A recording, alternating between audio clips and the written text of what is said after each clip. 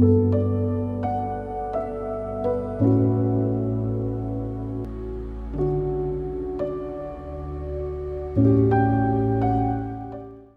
ನಮಸ್ಕಾರ. Doctor VMB ಪಾಡ್ಕಾಸ್ಟ್ಗೆ ತಮಗೆಲ್ಲ ಸ್ವಾಗತ. ಇವತ್ತಿನ ನಮ್ಮ ವಿಶೇಷ ಅತಿಥಿ ನನ್ನ ಗುರುಗಳಾದಂಥ ಡಾಕ್ಟರ್ ಜಿಗ್ಜಿನಿ ಸರ್ ಅವರು ನಮ್ಮೊಂದಿಗಿದ್ದಾರೆ.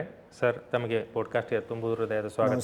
ಸರು ವಿವಿಧ ಹುದ್ದೆಗಳಲ್ಲಿ ಪ್ರೊಫೆಸರ್ HOD ಪ್ಯಾಥಾಲಜಿ ಆಗಿ, ಪ್ರಿನ್ಸಿಪಾಲ್ ಆಗಿ, ಡೀನ್ ಆಗಿ, ಅಡ್ಮಿನಿಸ್ಟ್ರೇಟರ್ ಆಗಿ, ಆಮೇಲೆ vice chancellor of the BLD medical university ಆಗಿ ಸೇವೆ ಸಲ್ಲಿಸಿ ಈಗ ಪ್ರಸ್ತುತ ನಿವೃತ್ತಿ ಜೀವನದಲ್ಲಿ ಇದ್ದಾರೆ. ಸೊ ಸರ್ಗೆ ನಾವು ಕೆಲವೊಂದಿಷ್ಟು ವೈದ್ಯಕೀಯ ಕ್ಷೇತ್ರದ ಬಗ್ಗೆ, ಅವರ ಸಾಧನೆಗಳು, ಆಮೇಲೆ ಈಗಿನ ದಿನಮಾನ ಕಾಲದಲ್ಲಿ ಬರುವಂಥ ವೈದ್ಯರು ಅವರ ಒಂದು ಅನುಭವದಿಂದ ಏನನ್ನು ತಮ್ಮಲ್ಲಿ ಅಳವಡಿಸಿಕೊಳ್ಬೇಕು ಅನ್ನೋ ಒಂದು ಉದ್ದೇಶದಿಂದ ನಾವು ಈ ಪಾಡ್ಕಾಸ್ಟನ್ನು ಮಾಡ್ತಾ ಇದ್ದೀವಿ. ಸರ್, ನಾನು ಕೆಲವೊಂದಿಷ್ಟು ಸಾಮಾನ್ಯವಾಗಿ ನಮಗೆ ತಿಳಿದ ಮಟ್ಟಿಗೆ ನಮ್ಮ ಜನ್ರೇಷನಲ್ಲಿ ಬರುವಂಥ ದಿನನಿತ್ಯದ ವೈದ್ಯಕೀಯ ಕ್ಷೇತ್ರದ ತೊಂದರೆಗಳನ್ನು ನಾನು ತಮ್ಮೊಂದಿಗೆ ಪ್ರಶ್ನೆಗಳ ರೂಪದಲ್ಲಿ ನಾನು ಕೇಳ್ತೀನಿ. ತಾವು ಅದಕ್ಕೆ ನಮಗೆ ಸರಿಯಾದ ಮಾರ್ಗದರ್ಶನ ಮಾಡಬೇಕಂತ ಒಂದು ಕೋರಿಕೆ. ನಡೆದು ಬಂದಂಥ ಹಾದಿ, ಅದ್ರ ಬಗ್ಗೆ ಒಂದೆರಡು ಮಾತು. ಒಂದು ಕಲ್ಲನ್ನ ಮೂರ್ತಿ ಮಾಡಬೇಕಾದ್ರೆ ಆ ಕಲ್ಲನ್ನ ಮೂರ್ತಿಯಾಗಿ ಕಟ್ಟಿಯುವ ಶಿಲ್ಪಿ ಬಹಳ ಮುಖ್ಯ. ಈ ದೇಹ ಹುಟ್ಟಿ ಬಂದ ಮೇಲೆ ಅದಕ್ಕೊಂದು ರೂಪ ಕೊಡ್ಲಿಕ್ಕೆ ಯಾರು ಶಿಲ್ಪಿ? ತಾಯಿ, ತಂದೆ, ಸಹೋದರ ಸಹೋದರಿ, ಮಿತ್ರರು, ಪ್ರಮುಖವಾಗಿ ಗುರುಗಳು ಫಸ್ಟ್ ಸ್ಟ್ಯಾಂಡರ್ಡ್ ದಿಂದ ಹಿಡಿದು ಕೊನೆವರೆಗೂ ಇರ್ತಾರೆ. ಆದ್ರೆ ಎಲ್ರಿಗೂ ಗೊತ್ತಿರುವಂತೆ ತಾಯಿಯೇ ಮೊದಲು ಗುರು. ಪಾಠ ಅಲ್ಲಿಂದನೇ ವ್ಯಕ್ತಿತ್ವ ಬೆಳಕೋತ ಹೋಗ್ತದೆ. ಇವ್ರು ಎಲ್ಲಾರು ಕಲಿಸಿದ ಮೇಲೆ ಅದಕ್ಕೊಂದು ಪಾಲಿಶ್ ಬೇಕಾಗ್ತದೆ. ಅದಕ್ಕೆ ನನ್ನ ಮಡದಿ ಆ ಮೂರ್ತಿಗೆ ಒಂದು ಪಾಲಿಶ್ ಕೊಟ್ಟರು. ಇದು ಸಾರಾಂಶದೊಳಗೆ ನಾನು ನಡೆದು ಬಂದಂಥ ಹಾದಿ. ಚಿಕ್ಕವರಿದ್ದಾಗ ನಮ್ಮ ಹೈಸ್ಕೂಲ್ ಒಳಗೆ ಪ್ರಮುಖವಾಗಿ ಇಬ್ಬರು ಟೀಚರ್ ಇದ್ರು. ಎಲ್ಲ ಹೈಸ್ಕೂಲ್ ಟೀಚರ್ಸು, ಎಲ್ಲ ಪ್ರೈಮರಿ ಸ್ಕೂಲ್ ಟೀಚರ್ಸು ನನಗೆ ಸಾಕಷ್ಟು ಜ್ಞಾನ ಮತ್ತು ವ್ಯಕ್ತಿತ್ವವನ್ನು ಕೊಟ್ಟಾರ. ಆದ್ರೆ ಅದರೊಳಗೆ PA ಗೋಡ್ಖಿಂಡೆ ಅಂತ ಒಬ್ರು ಟೀಚರು ಮತ್ತು VN ತೊರಗಲ್ ಅಂತ ಒಬ್ರು ಟೀಚರ್. ಅವ್ರು ನನಗೆ ಕಂಟಿನ್ಯೂಸ್ ಡಿಬೇಟ್ ಒಳಗ, ಸಂಗೀತ ಒಳಗ, ನಾಟಕ ಒಳಗ, ಸಾಹಿತ್ಯದೊಳಗ ಏನಾದ್ರೂ ಒಂದು ಕೆಲಸ ಕೊಟ್ಟು ಆ ಮುಖಾಂತರ ನನಗೊಂದು ವ್ಯಕ್ತಿತ್ವದ ರೂಪ ಈ ಲಿಟ್ರೇಚರು ಮತ್ತು ಸಂಗೀತ, ನಾಟಕ ಈ ಎಲ್ಲ ಭಾಗಗಳೊಳಗ ನನಗೆ ಪಾರ್ಟಿಸಿಪೇಷನ್ ಮಾಡ್ಲಿಕ್ಕೆ ಅನುವು ಮಾಡಿ ಕೊಟ್ಟಿದ್ರಿಂದ ಮತ್ತು ಇನ್ಸ್ಪಿರೇಷನ್ ಕೊಟ್ಟಿದ್ರಿಂದ ನನ್ನಲ್ಲಿ ಏನೋ ಒಂದು ಥರದ ಲೀಡರ್ಶಿಪ್ ಕ್ವಾಲಿಟಿ ಬಂದಿರಬಹುದು ಅಂತ ನನಗೆ. ಮುಂದೆ ನಾವು ಜೈನ್ ಮೆಡಿಕಲ್ ಕಾಲೇಜ್ ಜಾಯ್ನ್ ಆದ ಬೆಳಗಾವ್ ಮೆಡಿಕಲ್ ಕಾಲೇಜ್ಗೆ ನನಗೆ ಅಡ್ಮಿಷನ್ ಸಿಕ್ಕಿತ್ತು. ಪರೀಕ್ಷೆಗೆ ಕ್ವಾಲಿಫೈ ಆಗಬೇಕಾದ್ರೆ 50% ಮಾರ್ಕ್ಸು ಎಸೆನ್ಷಿಯಲ್ ಇತ್ತು. ಮೆಡಿಕಲ್ ಕಾಲೇಜ್ನೊಳಗೆ ಕಲ್ತ್ರೆ ಅದಕ್ಕೆ ಪ್ರೀ ಪ್ರೊಫೆಷನಲ್ ಎಂಟ್ರೆನ್ಸ್ ಅಂತ ಒಂದು ಕೋರ್ಸ್ ಇತ್ತು, PPT ಅಂತೇನೋ ಅಂತಿದ್ರು ಅದಕ್ಕೆ. ನಾವು ಸೈನ್ಸ್ ಕಾಲೇಜ್ನೊಳಗೆ ಕಲ್ತ್ರೆ BSc 1 ಅಂತಿತ್ತು ಅವಾಗ ನಮಗೆ. ಆ BSc 1ಗೆ 50% ಮಾರ್ಕ್ಸ್ ತಗೊಳ್ಳೋದು compulsory. 35 is passing. But if you want to enter ಯಾವುದೇ ಒಂದು ಪ್ರೊಫೆಷನಲ್ ಕಾಲೇಜ್ಗೆ ನೀವು ಎಂಟರ್ ಆಗಬೇಕಿದ್ರೆ 50% marks, which is equal to pre professional course PPC. ಅದು ಮೆಡಿಕಲ್ ಕಾಲೇಜ್ನಾಗ ಮಾಡ್ಲಾರ್ದೆ ಸೈನ್ಸ್ ಕಾಲೇಜ್ನೊಳಗೆ ಮಾಡಿದ್ರೆ ನಡೀತಿತ್ತು. ಬಟ್ ಆವಾಗ ಅಷ್ಟು ನಾ ಸೀರಿಯಸ್ ಮನುಷ್ಯ ಇರಲಿಲ್ಲ. I was not a very serious student. ನನಗೊಬ್ಬ ಮಿತ್ರ ಇದ್ದ, ಅವನಿಗೆ ಆಗಲೇ ಅಡ್ಮಿಷನ್ ಸಿಕ್ಕಿತ್ತು, ಶಿವಾನಂದ್ ಹಿರೇಮಠ್ ಅಂತ ಹೇಳಿ. ಅವ ಈಗ ಅಮೇರಿಕನೊಳಗೆ ಬಯೋಕೆಮಿಸ್ಟ್ ಇದ್ದಾನೆ. ಶಿವಾನಂದ್ ಹಿರೇಮಠ್ ಒಂದ್ಸರ್ತಿ ನನಗೇನು ಹೇಳ್ದ, he was son of high school teacher. ನನಗೆ ಅಡ್ಮಿಷನ್ ಸಿಗಲಿಲ್ಲ, ಯಾಕಂದ್ರೆ ಲಿಮಿಟೆಡ್ ಸೀಟ್ಸ್ ಅವ ಮೆಡಿಕಲ್ ಕಾಲೇಜ್ದು seats in government. You are fortunate, your father has got a private medical college seat, and if you do not take it seriously and cultivate the habit of reading seriously, you will be a kind of insulting your father and mother ಅನ್ನುವಂಥ ಒಂದು ಭಾವನೆಯನ್ನು ನನಗೆ ಕೊಟ್ಟರು. Changed me quite a lot. ನಮ್ಮ ಗುರುರಾಜ್ ಕರಜ್ಗೆ ಅವರು ಕರ್ನಾಳ ಬಾ ಬೆಳಕೆ ಒಳಗೆ ಪುಸ್ತಕ ಒಳಗೂ ಅದನ್ನು ಹಾಕ್ಯಾರ. ಅವ್ರು ಬರೆದ ಆರ್ಟಿಕಲ್ ಬಂದಿತ್ತು. ಆ ಮುಖಾಂತರ ನನ್ನಲ್ಲಿ ಏನು ಚೇಂಜಸ್ ಆಯ್ತು, ನಾನು ಒಂದು ಸ್ವಲ್ಪ ಸೀರಿಯಸ್ಲಿ ಓದ್ಲಿಕ್ಕೆ ಶುರು ಮಾಡಿದೆ. When I joined first MBBS in Jain medical college, ಒಬ್ರು ಟೀಚರ್ ಇದ್ರು S ನಾರಾಯಣನ್. ಅವ್ರು ಎಷ್ಟು ಮೆಟಿಕ್ಯುಲಸ್ ಟೀಚರ್ ಇದ್ರು ಅಂತಂದ್ರೆ, ಫಸ್ಟ್ ಡೇ ನಮಗೆ ಅವರು ಪ್ರಾಕ್ಟಿಕಲ್ ಕ್ಲಾಸ್ ತಗೊಂಡಾಗ ನಮ್ ಶೂ ಶೈನಿಂಗ್ ಅದನೋ ಇಲ್ಲೋ, ನಾವು ಕೂದಲ ಚಂದಾಗಿ ಹಿಕ್ಕೊಂಡಿವೋ ಇಲ್ಲೋ, ನಾವು ಎಲ್ಲಾ ಶರ್ಟಿನ ಬಟನ್ ಪೂರ್ತಿ ಹಾಕೊಂಡಿವೋ ಇಲ್ಲೋ, ನಮ್ ಪ್ಯಾಂಟ್ ಹೆಂಗದ ಒಗದದನೋ ಇಲ್ಲೋ, ಟು ದಿಸ್ ಎಕ್ಸ್ಟೆಂಟ್ ಅವರು ಎಲ್ಲ ಅಬ್ಸರ್ವ್ ಮಾಡಿ ಒಬ್ಬ ಡಾಕ್ಟರ್ ಇರಬೇಕಾದ್ರೆ ಏನೇನು ನಮ್ಮ ರೂಪ ಇರಬೇಕು, ಅದು ಎಷ್ಟು ಇಂಪಾರ್ಟೆಂಟು ಅಂತ ಅನ್ಲಿಕ್ಕೆ ಒಂದು ಎಕ್ಸಾಂಪಲ್ ಹೇಳಿದ್ರು. ತಾಯಿ ತನ್ನ ಕೂಸನ್ನ ನಿನ್ನ ಕೈಯೊಳಗೆ ಕೊಟ್ಟು ಇದು ಗುಣ ಮಾಡು ಅಂತ ಅನ್ಬೇಕಾದ್ರೆ ಎಷ್ಟು ನಿನ್ನ ಹತ್ತಲೆ ವಿಶ್ವಾಸ ಇರಬೇಕು. ನೀ ಅಂದ್ರೆ ದೇವ್ರಿದ್ದಂಗೆ ಇರಬೇಕು. ನೀ ಯಾವುದೇ ಒಂದು ವಿಚಿತ್ರ ಡ್ರೆಸ್ ಹಾಕಿದ್ರೆ which she is not familiar with ಅಂತಿಲ್ಲ, ಬಟ್ ಕಾಮನ್ ನಿಮ್ಮ ಜನ ಏನಿರ್ತಾರ ಆ ಜನಕ್ಕೆ ಮುಟ್ಟುವಂಥ ಅರಿವಿ, ಆ ಜನಕ್ಕೆ ಮುಟ್ಟುವಂಥ ಭಾಷೆ, ಆ ಜನಕ್ಕೆ ಮುಟ್ಟುವಂಥ ನಿಮ್ಮ ಮುಖಚರ್ಯ ಇರಲಿಲ್ಲ ಅಂತಂದ್ರೆ you will not be able to gain their confidence. ಅವ್ರ ಕಾನ್ಫಿಡೆನ್ಸ್ ಇರಲಿಲ್ಲ ಅಂತಂದ್ರೆ ಆ ಕೂಸನ್ ನಿನ್ನ ಕೈಯಾಗ ಕೊಡ್ಲಿಕ್ಕೂ ಅವಳು ಅನ್ಸ್ತಾಳ, ಅವಳು ವ್ಯವಸ್ಥರಾಗಿ ನಿನ್ನ ಮುಂದೆ ನಿಲ್ಲಿಕ್ಕೂ ಅನ್ಸ್ತಾಳ. This is very important that you should be so much good in your all aspect ಅನ್ನುವಂತ ಒಂದು ಇಂಪ್ರೆಷನ್ ಅವ್ರು ನನಗೆ ಕೊಟ್ಟು. That changed me. Whatever you have seen me as a teacher is all credit goes to him. ಅವ್ರು ನಮಗೆ ಆ ಪ್ರಾಪರ್ಟಿನೇ ಹಾಕ್ಬಿಟ್ರು ನಮ್ಮೊಳಗೆ. ಅವ್ರು ಎಷ್ಟು ಡಿಸಿಪ್ಲಿನ್ ಇದ್ರು ಅಂತಂದ್ರೆ ಜರ್ನಲ್ ಒಳಗೆ ಟ್ಯಾಗ್ ಇಟ್ಟೇ ಇಡಬೇಕು, ಇಂಥಲ್ಲೇ ಫಸ್ಟ್ ಟರ್ಮ್ ಒಳಗೆ ಇರಬೇಕು, ಇಂಥಲ್ಲೇ ಸೆಕೆಂಡ್ ಟರ್ಮ್ನವ್ರು ಇರಬೇಕು, ಯಾವುದನ್ನು ನೀವು ಬರ್ದಿ ಅದಕ್ಕೆ ಒಂದು ಟ್ಯಾಗ್ ಇರಬೇಕು. ನಾವು ಬರೀ ಅದನ್ನಷ್ಟೇ ನೋಡಿ ತೆಗಿತೀವಿ, ಅದ್ರೊಳಗೆ ಏನು ರಿಮಾರ್ಕ್ಸ್ ಬರ್ತೀವಿ ಮುಂದಿನ ಸರ್ತೆ ಆ ರಿಮಾರ್ಕ್ಸ್ಗೂ ಟ್ಯಾಗ್ ಇರಬೇಕು, ಮತ್ತು ಹೊಸ ಎಕ್ಸ್ಪೆರಿಮೆಂಟ್ ನೀವೇನು ಬರ್ದಿರಿ ಅದಕ್ಕೂ ಟ್ಯಾಗ್ ಇರಬೇಕು. ಹೀಗೆಲ್ಲ ಅವ್ರು ಭಾಳ ಕಂಪಲ್ಸರಿ ಮಾಡಿದ್ರು.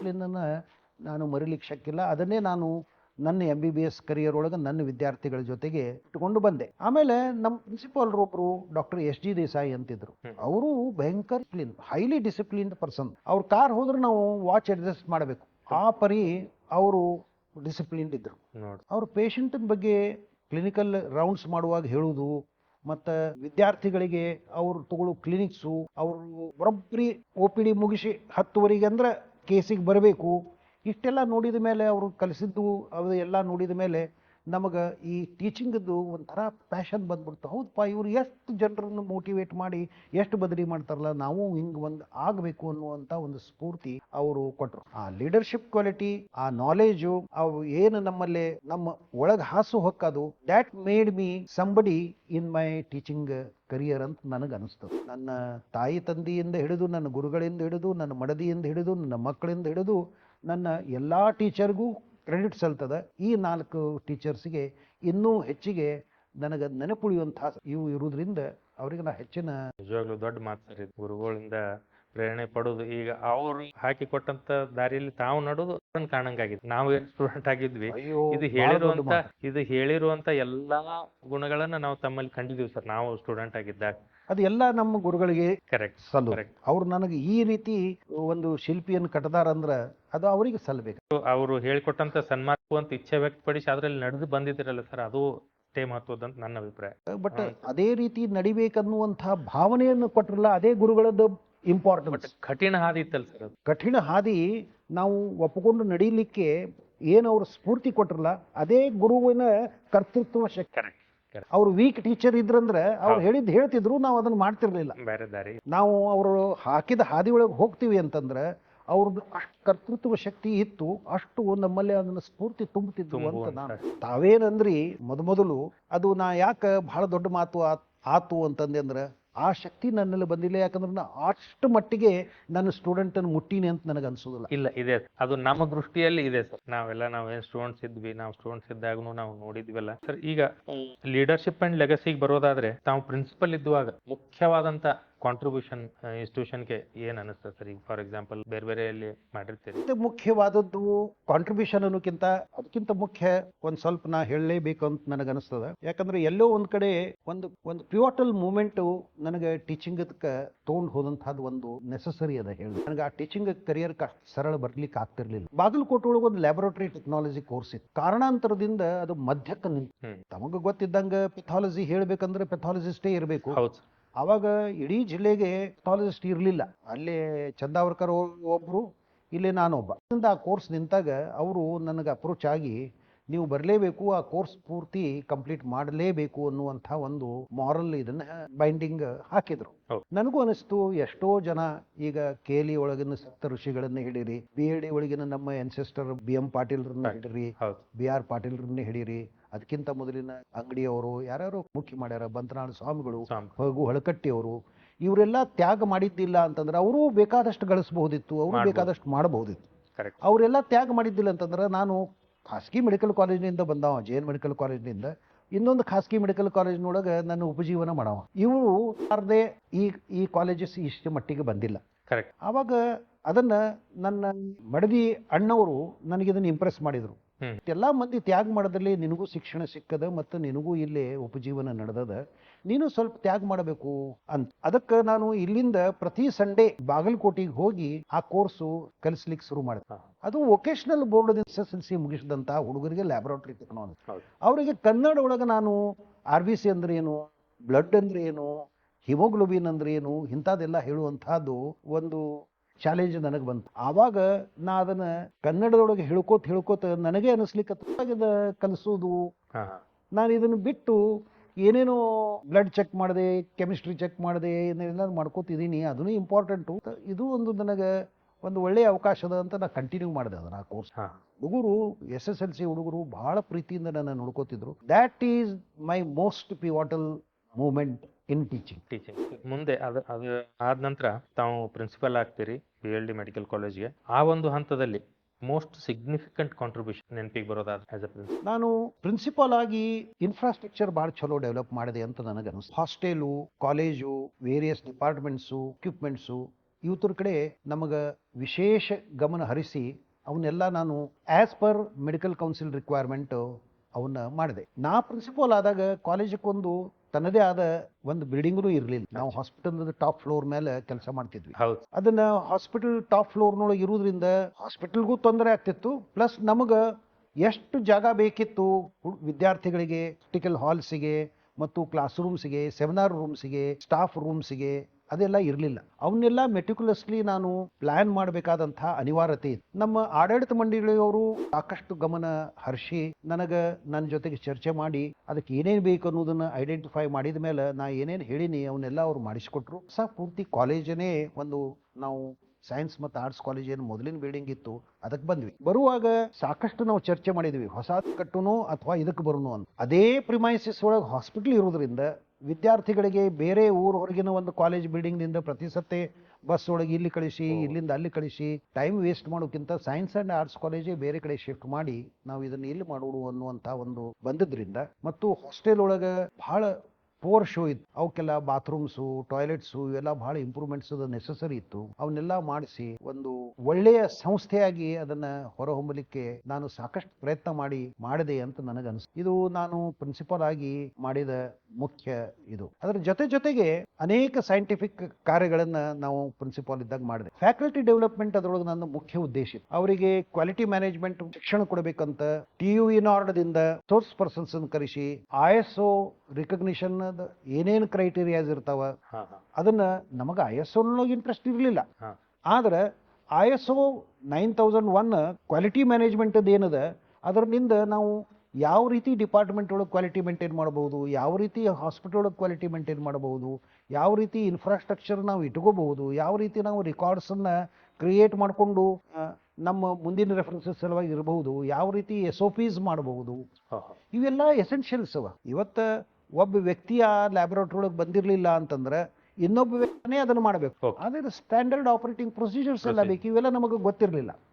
ಯಾವಾಗ ನಾವು ISO ಕಂಪೋನೆಂಟನ್ನು ವಿಚಾರ ಮಾಡ್ಲಿಕ್ಕೆ ಶುರು ಮಾಡಿದ್ವಿ, ಅವ್ರು ಬಂದು ನಮಗೆ ಕಲಿಸ್ಲಿಕ್ಕೆ ಶುರು ಮಾಡಿದ್ರು, ಆವಾಗ ನಮಗೆ ಟ್ರೂ ಕ್ವಾಲಿಟಿ ಮ್ಯಾನೇಜ್ಮೆಂಟ್ ಕನ್ಸೆಪ್ಟ್ ಬರ್ಲಿಕ್ಕೆ ಶುರು ಆಯ್ತು. ನಮ್ಗೆಲ್ಲ ಟೀಚರ್ಸ್ಗೂ ಟ್ರೂ ಕ್ವಾಲಿಟಿ ಮ್ಯಾನೇಜ್ಮೆಂಟ್ ಬಂದಿದ್ದರಿಂದ ಆಪರೇಷನ್ ಥಿಯೇಟರ್ಸೇ ಆಗಲಿ, ಕ್ಲಿನಿಕಲ್ ವಾರ್ಡ್ಸೇ ಆಗಲಿ, ಡಿಪಾರ್ಟ್ಮೆಂಟದ ಸರ್ವಿಸಸ್ಸೇ ಆಗಲಿ, ಟೀಚಿಂಗ್ ಫ್ಯಾಕಲ್ಟಿ ಟೀಚಿಂಗ್ದು ಲೆಸನ್ ಪ್ಲಾನಿಂಗು, ಅದರ ಪ್ರಕಾರನ ನಾವು ಬೇರೆ ಯೂನಿವರ್ಸಿಟಿಯಿಂದ ಫ್ಯಾಕಲ್ಟಿನ ಕರೆಸಿ ಅವ್ರ ಕಡೆಯಿಂದ ಫ್ಯಾಕಲ್ಟಿ ಟ್ರೈನಿಂಗ್ ಮಾಡಿಸಿದ್ವಿ. ಕೆಲವು ಮೆಡಿಕಲ್ ಎಜುಕೇಷನ್ ಎಕ್ಸ್ಪರ್ಟ್ಸ್ ಒಳಗೆ ನಾನು ಒಬ್ಬ ಆಗಿ ಗ್ರೋತ್ ಆಗಬೇಕು ಅಂತ ನನಗೆ ಆವಾಗ ಅನಿಸ್ತಿತ್ತು. ಹೀಗಾಗಿ ನಾನು diploma in higher education, MA ಎಜುಕೇಷನ್ದು ಎಲ್ಲ ಪುಸ್ತಕ ಓದಿದೆ. ಪರ್ಟಿಕ್ಯುಲರ್ಲಿ ಎಜುಕೇಷನ್ ಸೈನ್ಸ್ ಸ್ಪೆಷಲೈಸ್ ಮಾಡಬೇಕು ಅಂತ.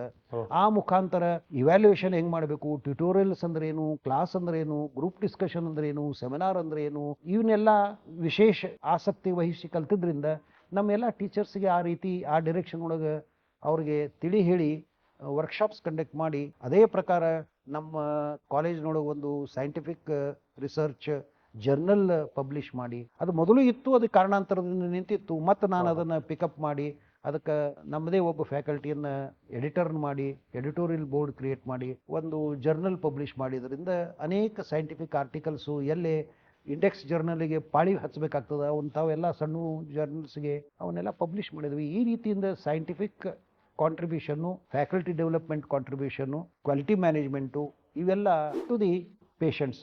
ಡಾಕ್ಟರ್ RC ಬಿದರಿ ಅವರಂತೂ ಹಾಸ್ಪಿಟಲ್ ನೋಡುತ್ತಿದ್ರು. ಆ ಕಂಪೋನೆಂಟನ್ನು ನಾ ಏನು ವಿಶೇಷ ಗಮನ ಕೊಡ್ತಿದ್ರು, ನಾವಿಬ್ರು ಚರ್ಚೆ ಮಾಡಿನೇ ಕಾಲೇಜ್ ಆಗಲಿ ಹಾಸ್ಪಿಟಲ್ ಆಗಲಿ ಮಾಡ್ತಿದ್ವಿ. ನಮ್ಗೆ ಸಾಕಷ್ಟು ಇಂಪ್ರೂವ್ಮೆಂಟ್ಸ್ ಮಾಡ್ಲಿಕ್ಕೆ ಆತು ಅಂತ ನನಗೆ. ಆ ಸಮಯದಲ್ಲಿ what were some of the key challenges you face and how did you work? ಅಂದ್ರೆ ಏನದ ತಿ ಮುಖ್ಯ ಅಂತಂದ್ರೆ ಕ್ವಾಲಿಟಿನೇ ಇತ್ತು. ಅವಾಗ ಇಂಪ್ಲಿಮೆಂಟೇಷನ್ಗೆ ಏನಾದ್ರು ಇಂಪ್ಲಿಮೆಂಟೇಷನ್ಗೆ ನನಗೆ ವಿಶೇಷ ಯಾವ ಚಾಲೆಂಜಸ್ ಬರ್ತಿರ್ಲಿಲ್ಲ. ಯಾಕಂದ್ರೆ ನಮ್ಮ ಮ್ಯಾನೇಜ್ಮೆಂಟದ ಎಲ್ಲಕ್ಕಿಂತ ಹೈಯೆಸ್ಟ್ ಅಥಾರಿಟಿ ಯಾರಿದ್ರು, ಶ್ರೀ ಎಂ ಬಿ ಪಾಟೀಲ್ರು, ನಾವು present honourable minister for industry development, earlier honourable minister for irrigation, government of Karnataka. ಅವರು ಭಾರಿ ಯಂಗ್ ಅಂಡ್ ಕ್ವೈಟ್ ಡೈನಾಮಿಕ್. ಅವರು ಮುತುವರ್ಜಿ ವಹಿಸಿ ಆಲ್ಮೋಸ್ಟ್ 2 to 3 ಅವರ್ಸ್ ನನ್ನ ಚೇಂಬರ್ ಒಳಗೆ ಕೂಗ್ತಿದ್ರು. ಚರ್ಚೆ ಮಾಡ್ಕೋತ ಪ್ರತಿ ದಿವಸ. ಅವಾಗ ಅವ್ರು ಇನ್ನೂ ಮಿನಿಸ್ಟರ್ ಇರಲಿಲ್ಲ. He was a very young person. We use to travel together, stay together. ಅವರು ನನ್ನ ಚೇಂಬರ್ ಬಂದು ತಾಸ್ಗಟ್ಲೆ ಮಾತಾಡ್ತಿದ್ರು. ಅವಾಗೆಲ್ಲ ನಾವು ಡೆವಲಪ್ಮೆಂಟ್ ಡಿಸ್ಕಷನ್ಸ್ ಮಾಡ್ತಿದ್ವಿ. ಡಿಸ್ಕಷನ್ ಮಾಡಿದ್ಮೇಲೆ ನಾವು ಇಬ್ರು ಕೂಡಿ ಏನಾದ್ರು ಒಂದು ಡಿಸಿಷನ್ ತಗೊಂಡಿದ್ರೆ ಅದಕ್ಕೆ ಫೈನಾನ್ಷಿಯಲ್ ಅಸಿಸ್ಟೆನ್ಸ್ ಪೂರ್ತಿ ಕೊಟ್ಟು ಬಿಡ್ತಿದ್ರು. This extent that we have appointed non teaching staff, we have appointed teaching faculty, we have purchased CT scan. ಇದು ನಮ್ಮ ಮೇಲೆ, ನಾಟ್ ಮ್ಯಾನೇಜ್ಮೆಂಟ್. ಅಂಡ್ ಒಂದು ಸತಿ ಇಂಥ ವಿದ್ಯಾರ್ಥಿಗಳನ್ನ ನಾವು ಫೇವರ್ ಮಾಡ್ರಿ, ಇಂಥವ್ರನ್ನೇ ನೀವು ನೌಕರಿಗೆ ತಗೋರಿ ಇಂಥದ್ದು ಒಂದು ಸರ್ತಿ ಅವ್ರು ಅನ್ಲಿಲ್ಲ. We had a small committee, doctor R C Bidri, ನಾನು ಮತ್ತೆ ಉಳಿದವರು. ಆ ಕಮಿಟಿಯಿಂದ ನಾವೇನು ಪರ್ಚೇಸ್ ಕಮಿಟಿ ಮಾಡ್ಕೊಂಡು ಡಿಸೈಡ್ ಮಾಡ್ತಿದ್ವಿ, ಅದೇ ಫೈನಲ್ ಆಗ್ತಿತ್ತು. ಅಷ್ಟು ರೊಕ್ಕ ನಾವು ಹೇಳ್ತಿದ್ವಿ ಅವ್ರಿಗೆ ನೆಗೋಷಿಯೇಟ್ ಮಾಡಿ. This is how my life was facilitated by the management. Thus I did not have challenge. Challenge was to maintain the recognition. Correct. Challenge was to bring the faculty, which was very sparse, particularly forensic medicine, pediatric, ಮತ್ತು MD chest and thoracic disease. ಇವರೆಲ್ಲ ಬಹಳ remote ಇದ್ರು, but ಅವ್ರ requirement ಬಹಳ high. Tent that requirement of 1 unit with MBBS was 18. Where do you get MBBS? ಯಾರು ಸಿಗ್ತಾರೆ ನಿಮಗೆ? ಎಲ್ಲರೂ ಪೋಸ್ಟ್ ಗ್ರಾಜುಯೇಷನ್ ಮಾಡ್ತಾರೆ. Correct. But we have to get the MBBS people. ಇದಕ್ಕೆ ನಾವೇನ್ ಮಾಡ್ತಿದ್ವಿ, MBBS ಆದವ್ರನ್ನ ಕರ್ಕೊಂಡ್ ಬರ್ತಿದ್ವಿ, ಕೊಟ್ಟು ನೀವು ಬೇಕಾದ್ರೆ ಓದ್ರಿಪ್ಪ, ನಮ್ದು ಎಷ್ಟು ಚಲೋ ಲೈಬ್ರರಿ ಅದ, ಕರೆಕ್ಟ್, ನೀವು ಇರ್ರಿ, ಎಷ್ಟು ದಿವ್ಸ ಇರ್ತೀರಿ ಇರ್ರಿ, ನಿಮಗೆ ಯಾವಾಗ ಹೋಗ್ತೀರಿ ಹೋಗ್ರಿ. ಹಿಂಗಾಗಿ MBBS ಸ್ವಲ್ಪ ಫ್ಲೋಟಿಂಗ್ ಪಾಪ್ಯುಲೇಷನ್ ಇರ್ತಿದ್ದು, which gradually got stabilise. Forensic medicine also got gradually stabilise. Radiology ನಾ ಇರೋ ತನಕ ಸ್ಟೆಬಿಲೈಸ್ ಆಗುತ್ತು ಭಾಳ, because nobody was available for radiology. These were some challenges, particularly with faculty appointments were very minor challenges. I did not have any. But these are very significant behind the screen work, sir. ಭಾಳ ಜನ ಗೊತ್ತಾಗೋದಿಲ್ಲ. ನಾವೆಲ್ಲ ಎಲ್ಲರೂ ಏನ್ ತಿಳ್ಕೊತಾರ, running medical college is a cake walk ಅಂತ. ಇಲ್ಲ, running a medical college is not cake. For example, ಒಂದ್ ಸರ್ತಿ ಇಂಜಿನಿಯರಿಂಗ್ ಕಾಲೇಜ್ ಹುಡುಗರು ಮತ್ತು ಮೆಡಿಕಲ್ ಕಾಲೇಜ್ ಹುಡುಗರು ಜಗಳ. ರಾತ್ರಿ 12ಕ್ಕೆ ಅವ್ರು ಬಂದು ಮಚ್ಚರದಾನಿ ಮೇಲಿನ ಸ್ಟಿಕ್ಸ್ ಇವನ್ನೆಲ್ಲ ತಗೊಂಡು ಹೊಡೆದಾಟ ಬಡದಾಟ. ಅದು I had to go at 12 o'clock. ಅಲ್ಲಿ ರೆಸಿಡೆಂಟ್ ವಾರ್ಡನ್ ಹೇಳಿದ್ರು, ಸರ್ ಒಳಗೆ ಹೋಗ್ಬೇಡ್ರಿ, ಅವರೆಲ್ಲ ಲೈಟ್ ತೆಗೆದಾರ, ನಿಮಗೂ ಅವ್ರು ಹೊಡಿಬಹುದು ಅಂತ. I was so confident of my student.